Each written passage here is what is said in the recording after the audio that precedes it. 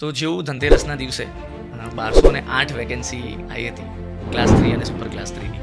એ calendar જોયા પછી, કારણ કે દિવાળીનો માહોલ હતો બરાબર ને, એ કેલેન્ડર જોયા પછી તમારી પ્રતિક્રિયા શું હતી અને પછી તમે આગળનું તમારું પ્લાનિંગ કઈ રીતે બનાવ્યું? સર, એક તો એક કેલેન્ડર આવ્યું એ જ અમારા માટે એક દિવાળી સમાન હતું.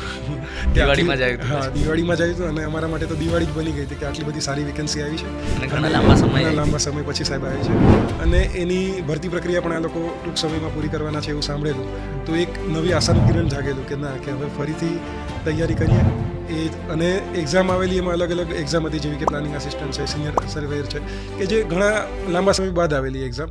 તો સૌથી પહેલાં નજીકમાં તારીખ આવી હતી પ્લાનિંગ આસિસ્ટન્ટની, તો એના માટે સર મેં એ દિશામાં તૈયારી કરવાની શરૂ કરી દીધેલી. પૂરજોશમાં એ તૈયારી કરી. તમારા વેબ સર્કલની જે મૂક હતી એ મૂક પણ આપતો, સંજીવની બેચમાં જોઈન થયેલો.